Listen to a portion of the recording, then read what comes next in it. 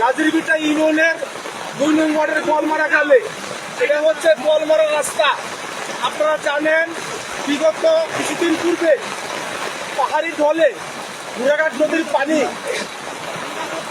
এই বলমারাতে ঢুকে যায় এবং অনেক বাড়ি ঘর ক্ষতিগ্রস্ত হয়, ফসলি জমি ক্ষতিগ্রস্ত হয়।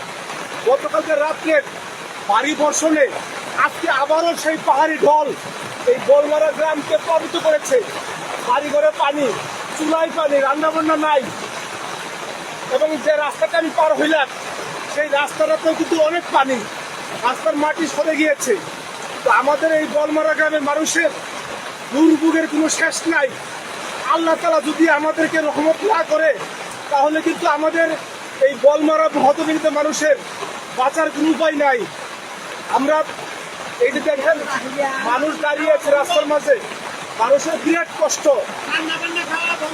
এখন আমরা সরকারের কাছে এলাকাবাসীর পক্ষ থেকে দাবি জানাই, আমাদের এই বলমারা গ্রামে ঘোড়াঘাট নদীর বেড়িবাঁধ নির্মাণ করে আমাদের এই এলাকাকে রক্ষা করার জন্য আমরা সরকারের কাছে জোর দাবি জানাই। আমাদের এই এলাকার মানুষের দুর্ভোগ খুব চরমে, এখন রান্না বান্না খাওয়া দাওয়া কোনো কিছুই নাই। আপনারা আমাদের জন্য দোয়া করবেন, আল্লাহ তাআলা যেন আমাদেরকে হেফাজত করেন।